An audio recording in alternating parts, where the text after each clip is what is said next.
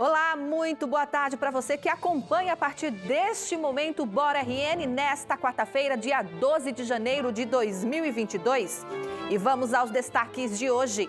Natal adia decisão sobre o Carnaval de 2022. Pediatras e especialistas reforçam a importância da vacinação contra a Covid-19 em crianças.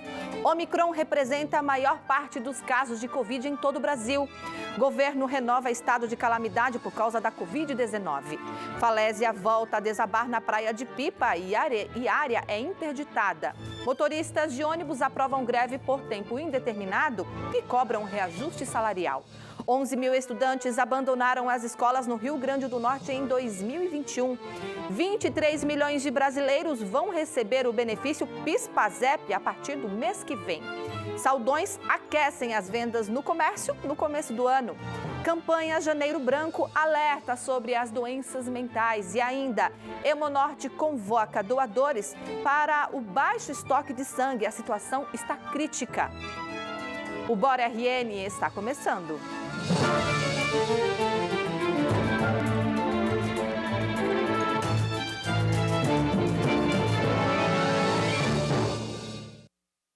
A Prefeitura de Natal adiou a decisão sobre o Carnaval deste ano. O prefeito Álvaro Dias esteve reunido ontem com o Comitê Científico de Combate à Covid-19 para discutir a realização ou não do Carnaval de 2022. A decisão foi adiada para a semana que vem, quando o novo encontro deverá acontecer com membros do comitê que divergem opinião diante do aumento de casos de Covid-19 em Natal nos últimos dias e do surto de influenza.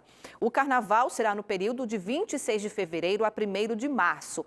Várias cidades do Rio Grande do Norte já anunciaram o cancelamento da festa.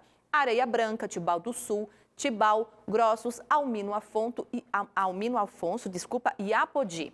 Caicó e Macau, que realizam tradicionais carnavais aqui no nosso estado, ainda não divulgaram decisão. E claro que qualquer novidade a gente vai trazer aqui no Bora RN. Bom, e a Covid-19 já matou 25 crianças aqui no Rio Grande do Norte entre 2020 e 2021. A doença já vitimou mais crianças que outras doenças que podem ser combatidas com vacinas, como, por exemplo, a varicela, a tuberculose e a própria influenza. Diante desses dados, a vacinação infantil tem sido fortemente defendida por pediatras e também outros especialistas. O número de crianças menores de 14 anos de idade que morreram após desenvolverem sintomas graves da Covid-19 entre os anos de 2020 e 2021 aqui no estado chegou a 25 no total. Os dados foram divulgados em um levantamento recente da Secretaria Estadual de Saúde, a CESAP. O levantamento também aponta que a Covid-19 já matou mais crianças do que outras doenças imunopreveníveis, como a varicela, a tuberculose e a influenza, juntas no mesmo período. Para os profissionais de saúde que desde o início da pandemia viram de perto a dura realidade enfrentada também pelas crianças, a imunização infantil é sim a melhor forma de prevenção. Na criança tem menos casos graves, mas nós temos sim casos graves em criança. E essa é a preocupação, né? Nós tivemos muitos óbitos em crianças, lógico que foi infinitamente menor do que nos adultos, mas nós tivemos sim óbitos em criança com síndrome respiratória aguda grave. Nós temos também as complicações do Covid, por exemplo, com a síndrome inflamatória multissistêmica pediátrica. Nos últimos dias, o Ministério da Saúde sinalizou a entrega de um lote de vacinas contra a Covid-19, contendo mais de 1.200.000 doses de vacinas destinadas exclusivamente ao público infantil. A previsão é que este carregamento chegue ao país no próximo dia 13 desse mês. Também nos últimos dias, o Laboratório de Inovação Tecnológica em Saúde da UFRN, o LAIS, divulgou um relatório sobre as mortes de crianças e adolescentes antes do início da vacinação. Segundo os estudiosos, a vacinação do público adulto teve influência direta na proteção do público infantil. Então a gente precisa, sim, vacinar elas para criar uma nova barreira, para evitar que elas sejam vetores, que levem essa doença para os idosos que estão em casa, que mesmo vacinados, possuem alguma comorbidade que pode vir a agravar. Pessoas que estão em casa, que não puderam se vacinar porque tem alguma doença específica que não permite que elas se vacinem, então são extremamente susceptíveis. Então, assim, da mesma forma como a gente criou uma barreira na população de adolescentes e evitou aí que novos casos surgissem, isso não quer dizer que não vai mais surgir, mas a gente dificultou o processo. As vacinas já estão autorizadas para uso em crianças. A meta agora, de estados e municípios, é conscientizar ao máximo pais e responsáveis de crianças para agilizar o avanço da imunização. A partir do momento que se organizar isso, que o sistema de saúde organizar isso, está na hora de começar para a gente prevenir e reduzir aí os efeitos dessa doença. O Ministério da Saúde confirmou que a variante Ômicron já representa a maior parte dos casos de Covid no Brasil. Segundo uma pesquisa coordenada pelo Instituto Todos pela Saúde, em parceria com 2 laboratórios privados, a variante Ômicron já representa 92,6% dos testes positivos no Brasil. Infelizmente, ela já é prevalente aqui no Brasil. Nós estamos assistindo um aumento de casos. E como em outros países que têm uma campanha de vacinação forte como a nossa expectativa, eu já disse isso ontem para vocês, é que não haja um impacto em hospitalização e em óbitos. Apesar da Ômicron ser predominante, não é possível dimensionar os casos graves relacionados à variante. O sistema que reúne os dados fornecidos pelas secretarias de saúde ficou fora do ar por cerca de um mês, dificultando o levantamento das informações. Apurações independentes de estados mostram que a Ômicron é mais transmissível, mas menos letal. Além disso, a vacinação reduziu os casos graves da doença. A partir desta semana, será a vez das crianças, com doses da Pfizer. Números dos cartórios de registro civil reforçam a necessidade de imunizar essa faixa etária. 324 meninos e meninas de 5 a 11 anos morreram pela doença entre março de 2020 e a semana passada. O maior número de óbitos foi registrado entre crianças de 5 anos. O Ministério liberou os estados para vacinar as crianças mais novas primeiro, caso queiram. Hoje, em mais uma etapa de análises para a liberação da Coronavac para esse público, a Anvisa pediu mais esclarecimentos sobre o estudo de efetividade apresentado. Essa pediatra afirma que o mais importante é começar logo a vacinação dos pequenos. O ideal seria que nós já tivéssemos iniciado essa vacinação para quando na admissão na escola essas crianças já estivessem totalmente vacinadas. Governo renova estado de calamidade pública por causa da Covid-19 e parte de falésia desaba na Praia de Pipa. Veja nos destaques do dia. O governo do Rio Grande do Norte renovou o estado de calamidade pública por causa da Covid-19. O decreto foi publicado na edição desta quarta-feira do Diário Oficial do Estado. Apesar de não haver uma mudança significativa com relação às internações, a decisão leva em consideração o aumento dos casos da doença nos últimos dias no estado. Uma parte da falésia na Praia de Pipa, no litoral sul do estado, desabou na madrugada de terça-feira. Ninguém foi atingido. O local é o mesmo onde um casal e um bebê de 7 meses morreram em novembro de 2020 após deslizamento de terra. A área foi isolada pela Defesa Civil. Uma ciclista morreu após ser atropelada por um caminhão na zona oeste de Natal. O acidente aconteceu ontem à tarde na BR-226 em Felipe Camarão. A vítima foi identificada como Jardelina Ferreira de Araújo, de 49 anos. Ela foi atingida quando o veículo saía de um lava-jato. O condutor do caminhão permaneceu no local do acidente. Para a polícia, ele disse que não viu a ciclista e só parou o veículo quando ouviu um barulho. Jardelina era comerciante e andava de bicicleta frequentemente para se exercitar. Motoristas e cobradores de ônibus aprovaram ontem em assembleia greve por tempo indeterminado. Arnaldo Dias, secretário-geral do Sindicato dos Rodoviários do Rio Grande do Norte, explica essa decisão. Em Assembleia Geral da categoria, os trabalhadores rodoviários optaram pela deflagração da greve, devido aos trabalhadores se encontrarem há 2 anos sem reajuste salarial e reivindicação também da volta do pagamento de forma integral do Vale Alimentação. Os empresários, mesmo tendo isenção de ISS e do ICMS nos anos 2021 e agora aprovado em 2022 pelo governo do estado, eles continuam intransigentes e não querem negociar com a categoria. Desta forma, só restou aos trabalhadores pela aprovação da greve, que terá início nos próximos dias após a publicação do edital de nota informando a população do Natal. E agora a gente fala de educação. Cerca de 11 mil estudantes da rede estadual de ensino deixaram de estudar em 2021. Baraúna foi o município com o maior índice de evasão escolar, com 31% dos alunos. De acordo com o levantamento feito pela Secretaria de Educação do Estado, 5% dos estudantes da rede pública deixaram de ir para a escola em 2021. O censo escolar anual, previsto para março deste ano, deve apontar dados mais precisos sobre a evasão escolar no Estado. Chegamos a um número hoje entre 3% e 5% de alunos evadidos ou em abandono na rede estadual. Então, por conta desse número, é que a gente não pode afirmá-lo agora, mas aguardar, então, o censo, que normalmente é feito entre os meses de março e abril, que vai ter o número oficial dessa evasão. Então, por enquanto, nós trabalhamos com esse número de cerca de 11 mil alunos, e isso nos ajuda a planejar esse momento de matrícula. Em 4 municípios, o índice de evasão escolar ultrapassou 20% do número de matriculados.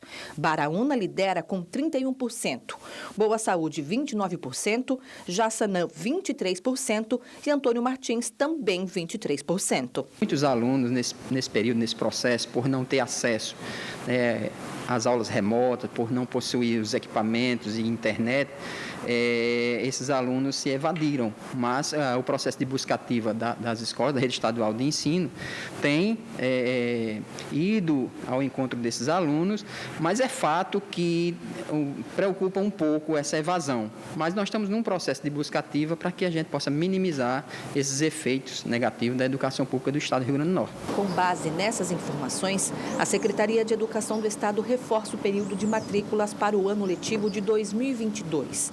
Foram disponibilizadas 292.388 vagas para o ano letivo, sendo 8.255 vagas disponíveis para novos estudantes. As aulas começam no dia 7 de fevereiro. Quem quer solicitar vagas para o ensino médio integral, para a educação profissional, essas duas modalidades hoje são muito procuradas, porque o ensino integral permite que os alunos fiquem na escola durante o dia todo. E o ensino profissionalizante, além da formação no ensino médio, então, lhe darão também a oportunidade aos estudantes, né, de terem uma profissionalização e já irem para o mundo do trabalho, sem abdicar daqueles que querem ir para um curso superior. Essas matrículas, essa solicitação de vagas, iniciou no dia 3 de janeiro e vai até o dia 21 de 1. Trabalhadores poderão sacar o abono PIS/PASEP a partir do mês que vem. Olha que boa notícia, 23 milhões de brasileiros vão receber o benefício. Será que você tem direito? Vamos ver na reportagem. Há mais de 10 anos, o Renildo consegue tirar um dinheirinho extra no começo do ano com o abono do PIS. Todo mês de fevereiro, o moldureiro recebe um salário mínimo, que é sempre bem-vindo. Já dá para pagar IPVA, uma ajuda de custo em casa, né? Neste ano, o PIS será pago a partir do dia 8 de fevereiro para trabalhadores do setor privado via Caixa Econômica. Já o PASEP, a partir do dia 15 para servidores públicos pelo Banco do Brasil, sempre de acordo com o mês de aniversário. 23 milhões de brasileiros vão receber o abono. Com o reajuste no salário mínimo, o valor que poderá ser sacado varia de R$ 101 a R$ 1.212, dependendo do tempo trabalhado no ano de 2020. Para ter direito, é preciso ter trabalhado com carteira assinada por pelo menos 30 dias do ano retrasado e recebido, no máximo, 2 salários mínimos por mês. Estar inscrito no PIS há, no mínimo, 5 anos e ter tido os dados atualizados pelo empregador no sistema. Não poderão fazer o saque empregados domésticos e trabalhadores contratados por pessoas físicas. A previsão é de que sejam liberados 21.820 bilhões de reais. Bom para o comércio, não é mesmo? Começou o período de liquidações e grandes saldões. Por isso, muita gente tem aproveitado para comprar produtos mais em conta e com descontos que vale bem a pena. Prazo longo para começar a pagar, parcelamento a perder de vista e o que o cliente mais procura, um desconto de encher os olhos. 20%, 50% até 70%, e isso em praticamente todos os setores do comércio. O início do ano já se tornou definitivamente um bom momento para aproveitar as ofertas das mais variadas possíveis. O segundo semestre ele tem muita data comemorativa. Você tem o Liquida Natal, tem o Black Friday, tem o Natal, que é a grande data. E às vezes os lojistas eles ficam com algum resto de estoque, alguma coisa que não conseguiram desovar no Natal. Então, pensando nisso, a CDL Natal está trabalhando fortemente com todos os seus associados para que nesse mês de janeiro, principalmente na segunda quinzena de janeiro, a gente faça ofertas para o cliente, porque sempre vai haver aquele cliente que está precisando comprar alguma coisa. Então, é uma chance que a gente tem de juntar o lojista com o cliente para dar vazão a esse estoque. Nos shoppings, o movimento tem aumentado bastante. Com isso, é hora de bolar estratégias para alcançar o público. É uma oportunidade que o shopping busca, junto com os lojistas, né, de queimar esse estoque de final de ano, né, de realmente zerar e dar um desconto de até 80% para o nosso cliente. E a gente também busca aqueles clientes que estão de férias, que estão passeando agora pelo shopping, de fazer aquela compra. E nos corredores, tem gente que procura por roupas, outros eletrônicos e ainda os que esperam bons descontos em móveis. Cíntia era só alegria com a fritadeira elétrica que saiu por um bom preço. Pode vir aproveitar as promoções. Vale a pena. Vale a pena. Já Kaline estava procurando por um armário de cozinha, mas andando pela loja, outros itens chamaram a atenção por causa do preço mais baixo. Eu estou procurando um armário, mas eu me embelezei aqui com o sofá. Ou seja, vem comprar uma coisa e acaba vendo outra. Acaba levando outras. Na verdade é essa. Segundo os lojistas, a movimentação está alta desde os primeiros dias de 2022. E até o final da primeira quinzena de janeiro, o fluxo deve ser constante. A gente está com uma expectativa aí de receber muita gente, porque a gente fez bastante promocionais para trazer, fizemos uma mídia bem voltada para o cliente que está procurando o produto que busca e a gente trouxe esse produto para ele, com preços bem atrativos. Olha, sempre acontece isso comigo. Eu vou focada em comprar uma coisa, mas, né, sapato, bolsa é sempre prioridade. Bom, a gente vai agora para o rápido intervalo e na volta, no quadro Bora Saúde, a gente vai falar sobre a campanha Janeiro Branco. E também é crítico, gente, o estoque de sangue no Hemonorte. Tudo isso e muito mais daqui a pouquinho.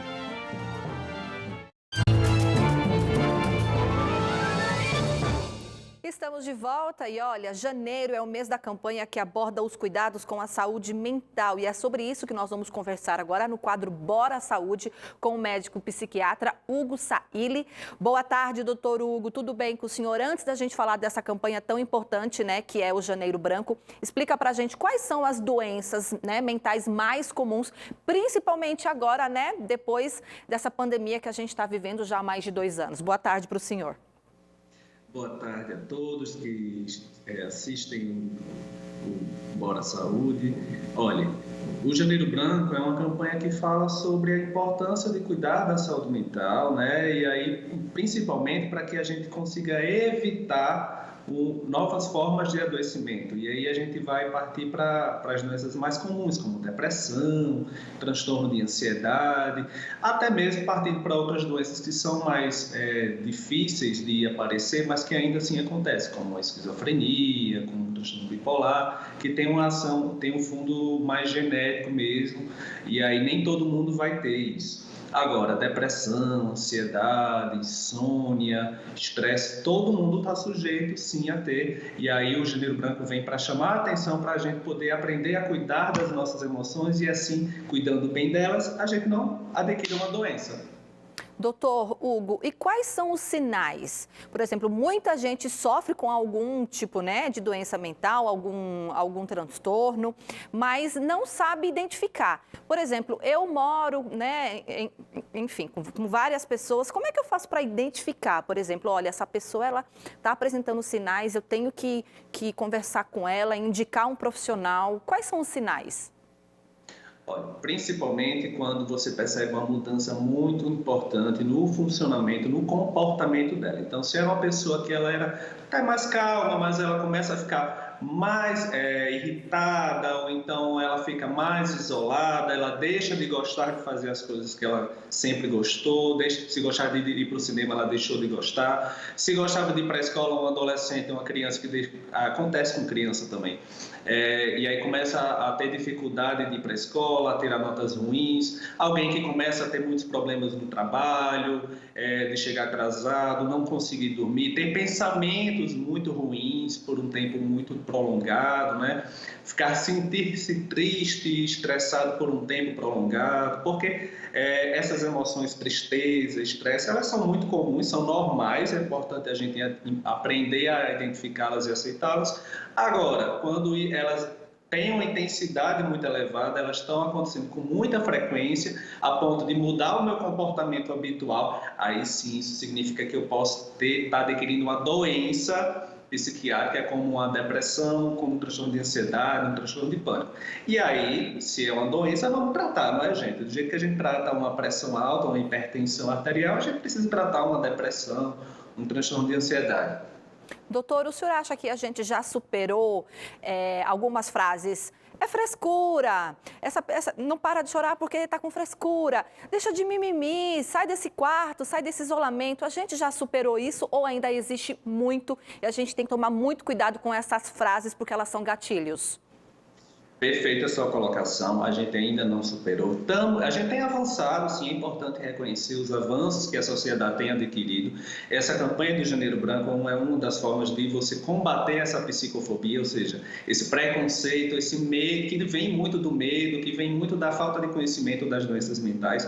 Então, estar triste é normal, estar triste o tempo todo, com pensamentos negativos, com ideias de tirar a própria vida, isso não é normal, isso provavelmente é depressão. E aí cabe a quem está do lado reconhecer quem você está passando por esse tipo de problema e ajudar. O que é que faz diferença? Uma escuta empática, ou seja, mostrar que você quer ajudar essa pessoa.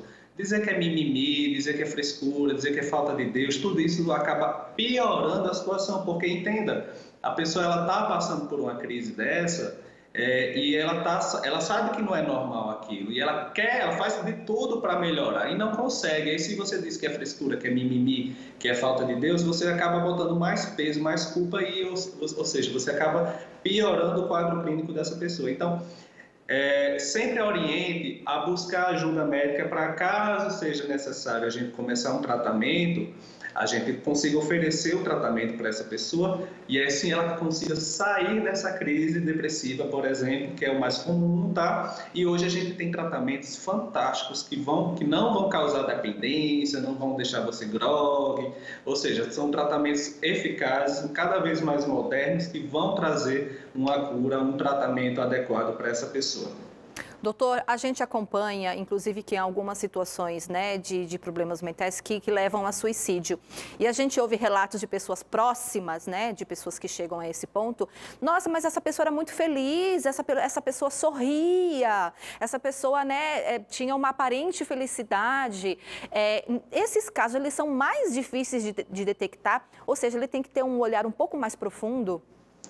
Olha, a maioria das pessoas com depressão, com ideação suicida, elas não estão paradas numa cama sem conseguir se alimentar. Elas estão vivendo, elas estão fazendo as coisas que estão acostumadas a fazer agora, com muita dificuldade. Então, se eu gosto de trabalhar, se eu gosto de ir para a escola, se eu sempre fui estudioso, eu começo a ter dificuldade, eu começo a ter falta de vontade, eu começo a ter pensamentos muito ruins. Então, espera aí, eu consigo fazer, mas se eu estou fazendo com muita dificuldade, eu posso estar deprimido. E aí eu consigo ir para uma festa e as pessoas realmente elas se perguntam, né? Poxa, eu estava na festa, estava bebendo, estava beijando, estava saindo, se divertindo.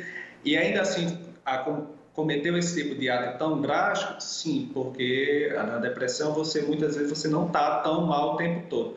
E aí é importante a gente sempre estar atento, né? Porque ninguém vai dar conta de ficar atento o tempo inteiro. E aí a gente precisa realmente do apoio de cada pessoa da sociedade para identificar e aí você sempre olhar com esse olhar da empatia, né? De dizer, ok, eu posso até não entender por que você está assim, mas eu vi na entrevista, eu vi na campanha do Janeiro Branco que isso pode ser uma doença. Então, se é doença, vamos tratar. E aí você pode salvar essa pessoa de cometer um ato tão drástico como o suicídio, e hoje nós temos medicações que combatem eficazmente, né, na maioria das vezes, essa ideia de suicídio, e que antes a gente não possuía, e é uma novidade muito grande e boa da psiquiatria. Bom, o senhor já começou a falar de tratamento, eu queria que o senhor explicasse para a gente, né? O senhor já disse que já tem várias alternativas, e são alternativas que a pessoa pode ter a sua vida normal, né? Cumprir as suas atividades, trabalhar, estudar normalmente. E eu também queria que o senhor explicasse, por exemplo, os tratamentos existem, mas qual o profissional indicado para tratar isso? É um psicólogo? É um psiquiatra? Como é que a gente faz essa diferenciação? Olha, na maioria das vezes os dois são necessários. O psiquiatra, ele vai ter um olhar mais biomédico, e aí o psiquiatra é o profissional que está habilitado a passar medicação, prescrever medicação, solicitar exames. Agora, se a gente está tratando das nossas emoções, a gente tem que entender como nossas emoções ficaram doentes. E aí o profissional que vai cuidar disso é o psicólogo. E a gente trabalha muito em conjunto. Hoje em dia a psiquiatria, ela não consegue ser um bom tratamento psiquiátrico, ele não é um tratamento isolado só com o psiquiatra. Certo? E a gente trabalha muito em conjunto com a psicologia. Então, se você tem medo, tem muito isso, né? Tem medo, eu não quero ir no psiquiatra, eu não quero ser taxado como louco. A maioria dos pacientes que vêm no consultório, eles não são loucos, aspas, tá? Eles têm problemas de ansiedade, de depressão, de transtorno bipolar, enfim. E aí, estão vivendo, estão estudando, estão querendo passar em concurso, estão querendo casar, estão querendo crescer. E cabe vir aqui procurar um atendimento e a gente avalia isso. Alguns casos não precisam de remédio, mas caso precise, hoje em dia os tratamentos medicamentosos, tanto comprimido quanto o spray nasal, que é a novidade contra o suicídio, eles têm uma ação muito boa, muito eficaz, e eles têm melhorado, sim, a maior parte das pessoas conseguem controlar os sintomas depressivos e não viver com depressão o tempo todo, a ponto de tentar o suicídio. Então tá bom, doutor Hugo. Olha, eu ficaria aqui até o resto do programa conversando com o senhor. Muito obrigada pelos esclarecimentos. Viu? Muito obrigada.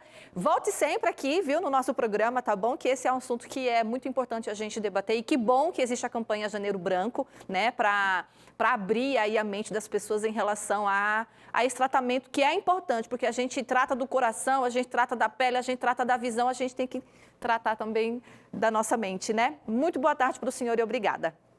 Muito obrigado, gente. E olha, o estoque de sangue no Hemonorte atingiu nível crítico e a baixa quantidade de bolsa de sangue pode comprometer o fornecimento para hospitais e a realização de cirurgias. Atualmente, existem menos de 200 bolsas de sangue, um número, gente, bem abaixo da necessidade. O surto de gripe e a pandemia estão provocando a baixa doação. O surto de gripe e Covid no Rio Grande do Norte está afetando diretamente as doações de sangue no Hemonorte. Por causa do aumento de casos, o movimento de doadores diminuiu mais de 50% nas últimas semanas. O estoque de bolsas sanguíneas na unidade chegou a nível crítico.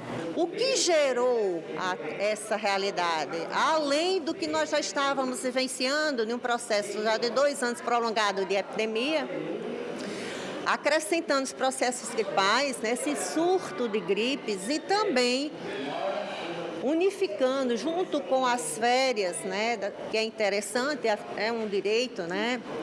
Todos esses fatores contribuíram para que essa realidade se expressasse da maneira que está. O baixo estoque compromete o fornecimento de bolsas de sangue para hospitais do estado.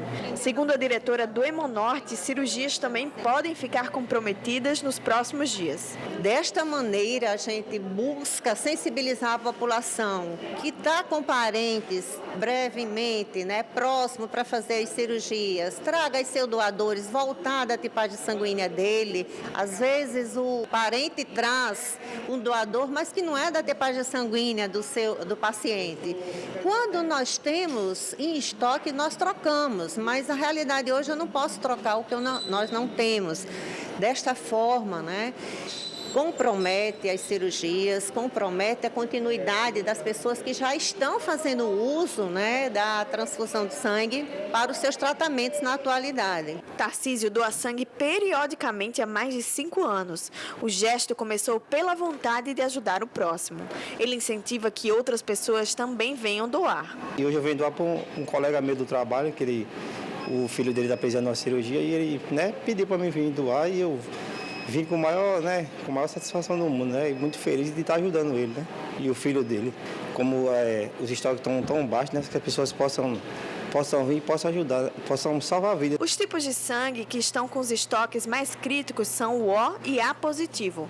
Para doar, basta estar saudável, ter entre 16 e 69 anos e mais de 50 quilos. Estamos atendendo de segunda a sábado, de 7 da manhã até as 18 horas. Você pode vir por livre demanda, mas também trabalhamos com agendamento, pode ser por telefone, através do 32326733 ou pelo próprio site. O importante de tudo isso é ser esse vínculo, né? Essa pessoa que busque perceber que existe uma corresponsabilidade para todos nós que somos cidadãos. Porque o sangue, ele só vem um do outro. E na nossa realidade brasileira, da legislação, tem que ser um ato voluntário e altruístico como é. Então fica aí a convocação para todo mundo ajudar e doar sangue. Olha, essa edição do Bora RN fica por aqui. Obrigada pela audiência de todos e amanhã tem muito mais, hein? Tchau, tchau.